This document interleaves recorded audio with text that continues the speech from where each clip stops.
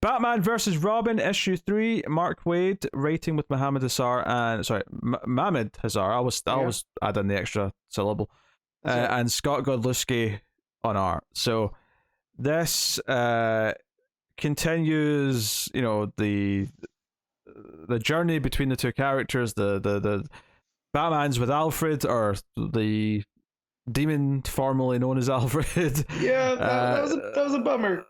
Oh, come on. The end of the last issue told you this. Yes, I know, but I thought there might have been a twist upon a twist. And, yeah. Yeah. Also, we got Batman versus the Robins in this issue, which was very... Damien's basically lined it up so that he goes back down the timeline until he gets to Dick. So he starts off with Tim, then Steph, and Jason, and then ultimately Dick, who's got the... Because they all get like weapons from Neza and Mother Soul. So they all have extra abilities. Tim's got like an invisibility cloak. Yeah. I'm trying to see, because there's a page where he divvies them out to them. Yeah, it's the first couple of pages. It's not quite far. Yeah. I'm looking for it. Right. There it is. Jason gets a trident, which lets him control the water. A Poseidon. Yeah. Stephanie Brand gets the acoustic of Black Bison, which allows her to kind of control the environment around her. Basically poison ivy kind of powers. Yeah, and then Dick gets Azrael's sword, the Sword of Sin. So I thought that was all interesting, because it's like, well, how's Batman going to deal with these guys? And he does, but yeah. Also, Damien, man, I know he's under the influence of Neza, but man, he's stone cold here. When you get to the stuff with his mom, right? Oh, sure. Also, I mean, he obviously he's got little glimmers coming through that he might be able to fight it, and he might be able to get out of it. The pig character from Shifu Pigsy. There you go. From Monkey Prince is trying to talk him into snapping it, because he's one of the magical characters that's been taken to give Fate more magic power, because that's what they've been doing, the villains. Yep. So, Batman insists on going alone. Damien's interrogating Talia, but we find out that this comfortable room Talia's in is not real, and that she's actually tied upside down, and all of this is just like in her head. Like they're making her think she's comfortable, but she's not really. She's she's in duress, shall we say. But a lot of the issue is Batman fighting the various Robins one by one, and kind of the Robins sort of voicing their sort of deep resentments towards Batman. So they all come from a place of truth, but obviously they're all heightened because of this control that they've got. And I love that Bruce is sitting here going, like, trying to remind himself that they don't mean any of this. These are just their personal thoughts that they've had when they're in a tough spot, and he has to remind himself that it's not necessarily what they feel all the time. And I like that little bit of storytelling too, because Damien wants to put Bruce at his lowest. That's why he's designed it this way. But the beauty of it is that they all do come from some sort of real place. Like Tim complaining that he was thrown aside as soon as Damien appeared is something a lot of comic book fans would have said around that time. So for sure, it definitely comes from a place of truth, which is interesting. And then as it goes further, and Steph complaining, "Oh, you could have trained me properly. You could have raised me to be a proper Robin, but you didn't." Yep. And it got her killed. Yeah.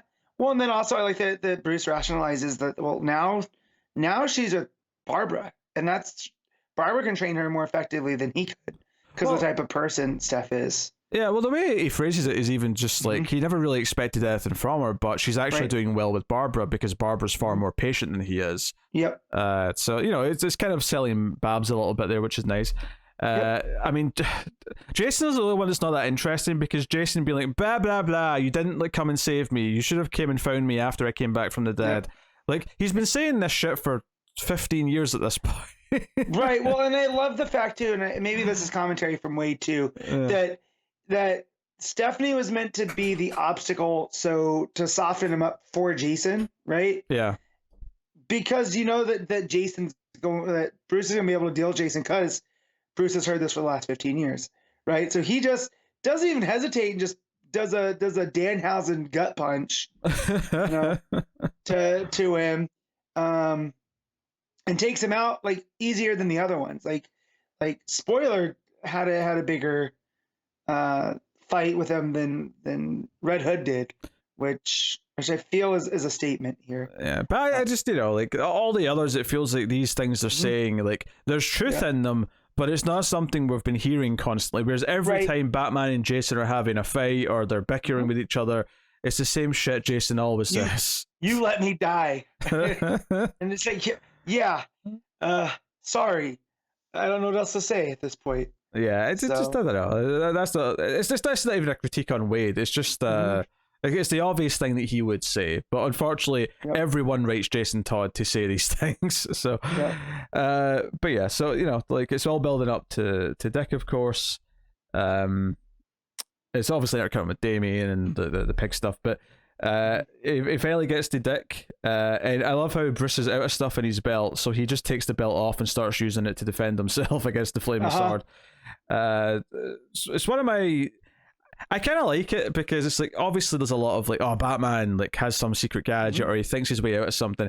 I love that here he's being practical and thinking his way out of something, but he's doing it in a really sort of lo-fi way. This is a very simple MacGyver-y, just no, I need to use the belt to literally try and block the flaming sword, and it's that simple. There's nothing more complex about it.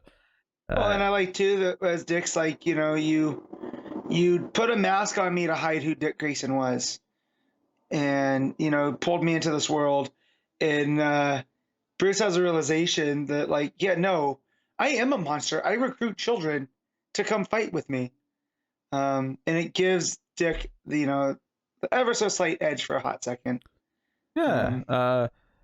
So, fight's decent. But of course, Batman ultimately pulls Alfred in to take the hit, revealing that he's known for ages, long before we probably did, that this wasn't... I mean, I was skeptical. We were all skeptical for obvious reasons. It's stuff like where he says that he knew because Alfred despises oolong tea. He has no granddaughter, which I believe we brought up. We're like, we'd heard about his daughter, but we hadn't heard about a granddaughter. Yeah, I think we did bring that up, yeah. Yeah, there's no Riddler's Labyrinth, So it's these things that he put out there to test, if this really was Alfred. And in a way, it was, right? Is that we find out as Alfred's, fading away, that in order for him to impersonate Alfred, there had to be a little piece of the soul in there. Yeah, well, that leads to the big emotional scene here where the spirit leaves the body and there's actually just a little bit of real Alfred left. So he gets to have this goodbye with Bruce where he says it's not his fault that he died. You can't be everywhere at once. So don't blame yourself for my death. That kind of thing. He's trying to give Bruce this closure before he goes. And he's like, no, you need to save Master Damien. So let this go because it'll only make you weaker if you still blame yourself for this. And he knew what he was getting into. But the final little thing, though, right, is that he says, Bruce says, I miss you. And Alfred's final lines before he fades away is, you'll see me again someday, dear boy. Your parents send their love. And then he's gone. And I'm like, Jesus Christ, Waid. Like, like, you just try to pull in the heartstrings. The idea that Alfred's actually seen the Waynes, and this doesn't feel like... I think because it's the last thing he says, like, see if he'd said this up front and Bruce got to ask questions, it would be kind of cheesy and it would feel cheap and annoying. Because it's the very final thing he says, so that there's no chance to elaborate on it, and it's just like a little, oh no, he's spoken to the Waynes, he's actually seen them, and whatever's beyond death, he's seen them. Well, and not just that too, is Bruce actually gets to say goodbye to Alfred, where we didn't get that in that story, where Bane squishes his head because of Damien, because Bruce wasn't there. So here it does feel like Bruce finally gets closure with the whole Alfred situation, and it doesn't feel cheap that they brought Alfred back, right? Because it is just a possession type deal, But we get this really strong emotional moment here where Alfred gets to, be his, his surrogate father again, and be like, hey man, don't worry about me. You did good. But he also gets something from Alfred here that he can never have from his parents, which is Alfred gets to tell him this wasn't your fault. Because Bruce always, in some level, even though he was a kid, kind of blamed himself for his parents' death. So there's like this thing where Alfred's kind of become like his parents now, and that he's not another fallen person in his life that he would want to avenge or and motivate himself to be an even better Batman. But unlike his parents, the thing that separates them is that aside from he got to spend a lot more time with them, is that he gets to actually say here, no, you'll be stronger if you let this go, and don't blame yourself for me. I don't know, I think it's an interesting counterpoint to his actual parents, and makes Alfred's death feel a little bit different. This definitely makes his death feel like a much bigger deal than that actual arc in King's Run did make it feel. That was one of the big complaints we had at the time, is we didn't even believe it happened at first, because it was just kind of like, they're going to retcon this in like 2 issues, because it felt too out of nowhere. Yep. Kind of thing. So for sure, that's a really touching scene. It's really good, and then it's Batman, bandages his arm up a little bit, and goes off walking into the darkness to fight the big fight. So it's a great cliffhanger. This was, have all these issues been like extra long? Because this was like 40 pages. Yeah. They've all been okay. I didn't realize that. I think so, because it just because the last one was the one where they were in the House of Secrets and the House of Mystery, right? Yeah. And that felt long too. There was a lot of twisting and turning through that one. I mean, this read quite quick. I'm not even complaining. I'm just it felt like this this big thing that was going from Robin to Robin, building up, hinting that Damian might still be in there and fighting back and like fighting against Nez's control. All really interesting. What's the other big thing we have to mention actually is like Nez is actually preparing because his son is even worse and he wants to kill his son. Yeah, because he tells him, he wants to know where he is, right? Because he says he's gearing up to play offense. He's playing defense. And this is the pig who's saying this. Pigsy's saying all this. And he says, where is he? You alone would know, tell me. And then he says, he's already here on Earth. Your son has finally arrived, and he can't wait to say hello, right? And so we go through, and we get Bruce fighting, and then we get Damian talking to Pigsy. And, he remembers him from the Monkey Prince stuff. And he asks him, what does he get all of this? And that's where he tells him that Nez is going to use Earth's magic to enslave this planet. He wants an army of 8 billion strong. You know why? Did he ever tell you to use against a more powerful demon named King Firebull? His son, he goes, effectively.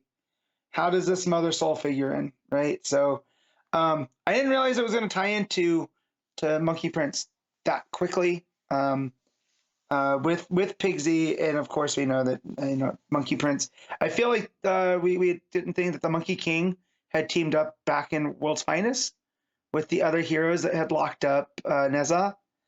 But here, so here Waid's in that. So I did get caught up with Monkey Prince, and he's on his way to fulfilling his destiny. It's very, very much like that way that Kong Keenan was unlocking all of his stuff, in New Superman. So I'm curious to see where this goes here, because it says in Monkey Prince 9, we'll see how Saifu Pigsy gets abducted. So are we thinking this Sun King Bull, whatever his name is? King Firebull. King Firebull, there you go. Yeah. Are we thinking he's like maybe the big bad then for this crossover event that Waid's spearheading? Maybe not. I still think it's Neza, because I feel like something happens by him putting all of the magic into the helm of Naboo. Maybe, yeah. And that's what causes all of these Lazarus events. I just because I'm remembering that this 1 month or 2 month event is spinning out of issue 4 of this, which is the next issue. So it just kind of feels like they've dropped this on us, and I'm like, okay, so clearly the next issue is going to set that up. Yeah. But so I feel like the whole Lazarus volcano stuff is going to happen because of this guy, but maybe it's not. He's not what they're fighting. Okay. But yeah, who knows? I mean the Bill Sun thing. He might be.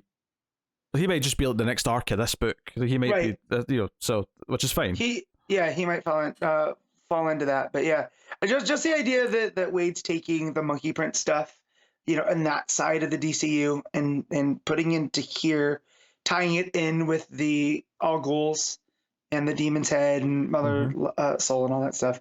I love that type of interconnectivity. And like, again, you don't need to read Monkey Prince for any of this to make sense, because I caught up before this week.